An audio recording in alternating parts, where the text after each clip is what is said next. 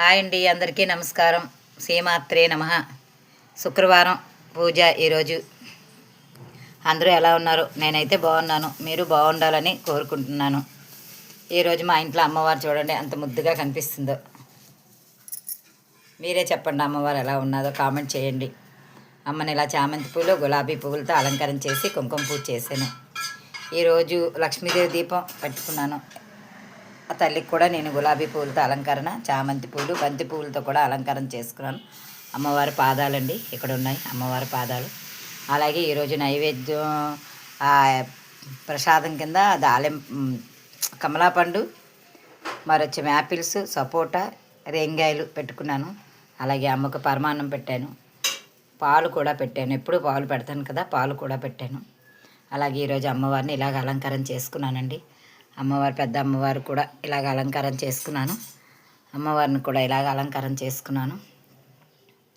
ఎలా ఉందో కామెంట్ చేయండి. అమ్మ ఎంత ముద్దుగా కనిపిస్తుందో. కొండలవాడికి చూడండి, సింహాద్రప్పన్న 7 కొండలవాడు ఎంత ముద్దుగా. ఆయన దీపాలు ఆయనవే, ఆయన నైవేద్యం అయింది.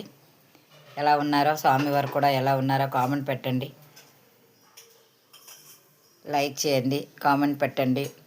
గోవిందానండి, గోవింద గోవింద. స్వామివారి దయ మన మీద ఉండాలి. ఎలాగా మీకు తెలిసిందే,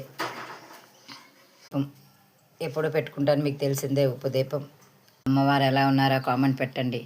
అమ్మని దగ్గర నుంచి చూడండి, గంధంతో చక్రాలు లాంటి కళ్ళుతో హస్త చక్కగా అమ్మ ఎంత అందంగా కనిపిస్తుందో.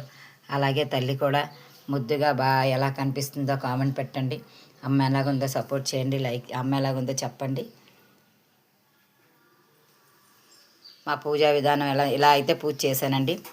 పూజ అయితే చాలా బాగా అయిందండి, ప్రశాంతంగా ఉందో. గుడికి కూడా వెళ్ళి వచ్చేసానండి. ఈరోజు బేగానే వెళ్ళి వచ్చేసాను. అమ్మ ఎలా ఉందో చెప్పండి, పూజ ఎలా ఉందో చెప్పండి. ఏమైనా తప్పులున్నా కూడా చెప్పండి, మంచిదైనా చెప్పండి. పూజ ఎలా ఉందో కామెంట్ పెట్టండి. అమ్మవారు ఎలా ఉన్నారో కామెంట్ పెట్టండి. లైక్ చేయండి, సబ్స్క్రైబ్ చేయండి, సపోర్ట్ చేయండి. మీలో ఒక మనిషిగా నన్ను చేర్చుకోండి. అందరికీ ఇంకోసారి శ్రీమాత్రే నమః.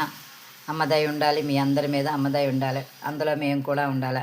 ఇంకోసారి అందరికీ శ్రీమాత్రే నమః.